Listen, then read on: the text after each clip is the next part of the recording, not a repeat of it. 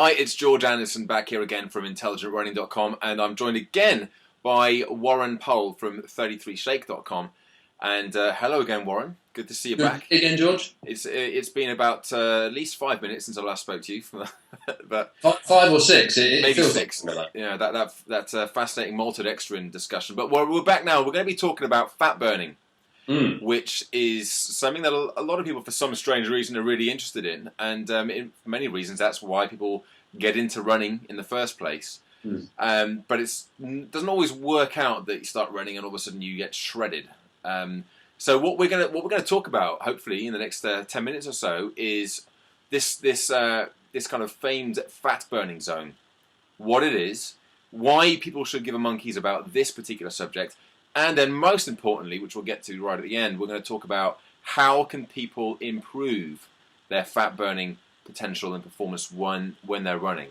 Yeah. So if that's all good for you, then let's just dive straight into this. And this, don't forget, anybody watching this is coming from Warren's background as an ultra marathon runner. And he's done some crazy events in the past, like 100+ mile runs, foot races. So this is kind of important for an ultra runner, right? To be to be able to use fat stores from the body. It's absolutely key. In ultra distance, it's essential for long distance efficiency. It's your most efficient fuel source, but also it's your most stable fuel source. And a stable fuel source and stable energy levels also mean your emotions are not tracking those peaks and troughs that you might get if you were not fueling efficiently. And an ultra marathon is very much a mental game. So if you're giving yourself that mental handicap of really spiking your emotions as well as your blood sugar and boom and crash down into the other one, can be difficult. You're looking for that stable mental and physical ride. But I think it has a payoff for anybody who's into running. It's going to make you fitter, stronger, faster. This is the ultimate foundation to really good, healthy, fast running.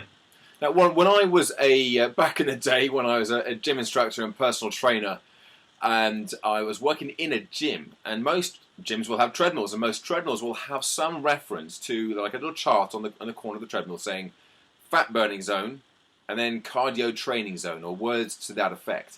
And as a coach, I always used to say, look, you don't want to be in the fat burning zone. If you're doing a 20, 30-minute treadmill run, then really you're not going to burn that many calories comparatively. If you're in the fat burning zone, compared to if you're working hard doing intervals and so on and so forth. So how does, because what you're saying is that you want to not just be in the fat burning zone, but to increase that fat burning zone, so you're working harder and still burning fat for fuel. So let's go back. What is the fat burning zone? Then we'll talk about how can we increase it. Okay, the fat burning zone, pure and simply, is the point at which you are fueling your exertion through stored body fat. And if you look at the human bodies, keep it deadly simple, we have two fuel sources. One is our body fat, and the other is carbohydrate. Now, I'm sure people are aware of the carbohydrate fuel source, and the carbohydrate fuel tank will fuel us for a couple of hours. Then it's empty, needs topping up. That's where on-the-go sports nutrition may come in. The fat-burning zone, that will fuel us for 24 hours or beyond.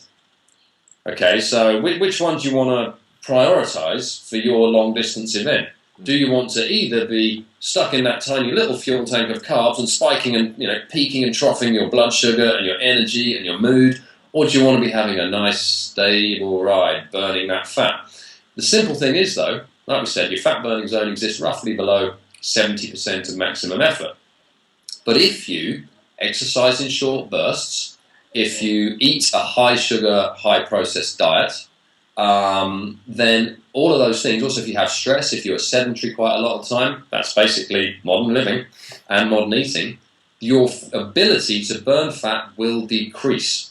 The body is getting more used to fueling off that instant sugary carb source, okay? And that sugar, whether it's bread and sandwiches or whether it's Mars bars, doesn't matter.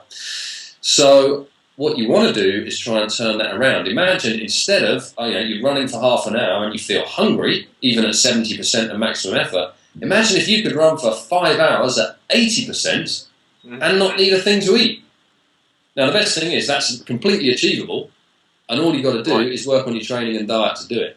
Okay, well, I mean, I'm sold, and my priority with running isn't fat burning, but I know for a lot of people that it is on two counts. One, which is just the aesthetics and trying to shift some extra timber and balancing out calories and all the rest of it. But the other side is performance, and as you said, it's damn hard working out at that higher intensity when you're relying on your stored glycogen, your stored carbohydrates. So, I'm all ears now. Again, this is another education for me as to how we can increase the fat burning zone. This range of this, it's basically a heart rate, isn't it? So how many beats per minute your heart's putting out there, proportional to the intensity. How can we increase that level? So what's the solution? What can we do specifically with our training that's going to help us get there? Okay, so training-wise, there are two things that you can do, and one of them is really nice, but it's more difficult than you might think. And start slowly. Okay, when you're doing a longer running session, take the first 15 minutes super gentle. Just ease your body in. If you come slamming into the session at a high intensity, the body's going to default. If you are more carb biased, it's going to default to using carbs. You don't want it to do that. Slow, ease in gently, 15 minutes, super conversational, nice and simple, and then keep it steady after that. And stay in that area and just keep burning that fat. Now, you talk about heart rate there, and we say roughly you're going to find it around 70%. So training with heart rate is a great idea to help start to learn where these zones are, but don't just use the heart rate. Listen to your body.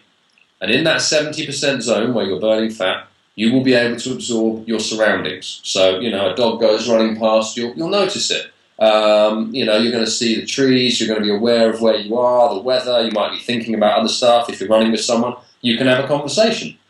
That's a steady zone. Now, when you step up to your kind of 80%, where you're going to tip over and start going to be using some of those carbs, at that point your vision was going to focus down. You're going to be looking, you're not going to really be able to hold a good conversation. You're not going to be able to absorb your surroundings so much. You may start to hear your breathing a bit more. Get a feel for where those zones are, because as everything tunnels down, that's where you're going towards burning the carbs in that upper end. So you can maybe see from your heart rate monitor where those zones are, but listen to the body as well, because you could get too focused on going, well, this is my fat zone, and then you might just stay in that zone forever. The aim is to gradually push those zones up with your training. Yeah, and my thing about heart rate training as well is that if you go by 220 minus your age, which is the usual calculation for working out your maximum heart rate, if that's out, which it frequently is, then all the other calculations are meaningless anyway. So I totally agree. I always go off perceived exertion. As you said, if you're well aware of your surroundings, you're conversational, you feel like you're at 6.5 out of 10 intensity, then that's probably going to be, in that fat burning zone. And working aerobically, take it up, and you're having to really work. You're getting closer to that threshold. So, is that the only thing we need to really consider then? Is slowing down for the first quarter of an hour of a run, or are there other specific things that we can do with training? Or there are definitely more. So I mentioned there are two. The first one is that just ease into those sessions gently. Do one of those a long, slow distance session, and whether your long, slow distance is half an hour, or if it's 7 hours, just go steady, conversational, and encourage the body to burn more fat. Another one is to train in a slightly fasted state. Now, this doesn't have to be anything extreme. We're basically talking about go running before breakfast. Right. So don't have breakfast, don't eat, go running. Because if you are eating, then you're liable to be stoking that carb fire again. Right. And you don't necessarily need to. There might be a time when you're bonking and you've got it wrong and you need to, but the whole aim of improving your fat burning is to avoid that bonk. You're basically building this. Just clarify that, because I'm familiar with it, but not everyone's going to be. I think they might think, what are we listening to here? It's not that sort of podcast, people. Bonking. When did you last bonk? An energy crash, where you absolutely, probably known as also hitting the wall, where you just run out of all energy and that's it. You just feel heavy and useless and you can't really run. We're looking to create this really stable fat-burning platform to be able to avoid that. So start training, long, slow, steady running. Running in a fasted state without any food, just because the body then has to kind of go straight to burning fat, and again, nice and steady there. And also in your diet, reduce, or if you can, eliminate processed sugar, eliminate processed food, and increase your good fats, your coconut oils, your avocados, all of that sort of stuff. Because the more the body gets used to taking carbohydrate in, the more it goes, yeah, that's my fuel. And we're talking a 2-hour fuel tank. The more it takes good fat in, it goes, oh yeah, maybe I can use this stuff too. The fat is what should be fueling us most of the time. The carbohydrate is like our fight or flight. So if you are killing yourself for a PB in a 10K, well, you're probably going to bang straight into the red, and that's going to be carbs. If you're looking for a real efficiency, then work on that fat. And really, through diet and exercise, it needn't cost anything. It's a lifestyle change, and you're going to lift that level to the point where, yeah, I can run 4 hours on nothing. And I would happily do that regularly. Well, it's so interesting you talk about the fasted state running there, because I've been a big advocate of fasting for some time now, and probably in the last 12 months that I've been doing fasted training, not through any real kind of deliberately. I've just been getting up in the morning and going to the gym or going for a run, and I've found that my performance has been no different to when I've got up and previously had this belief that I have to have something to eat for breakfast before I can do anything, let alone train. I'd be devastated if I try and train without anything. But no, I've been absolutely fine and feel great. And when I come back, I don't feel like I just have to devour the contents of the fridge and the cupboard to refuel. And the difference it's made to me in my performance, I think, has been substantial.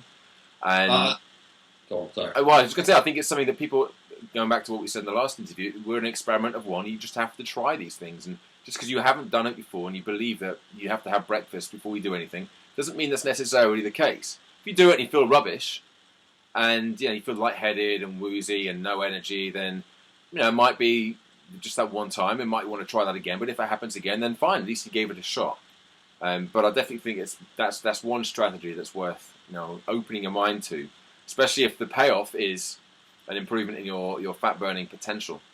It's going to be an absolute lift in your level. There was a very good thing you said there. Actually, you're talking about training in a fasted state and not feeling better for it. A lot of it is psychological.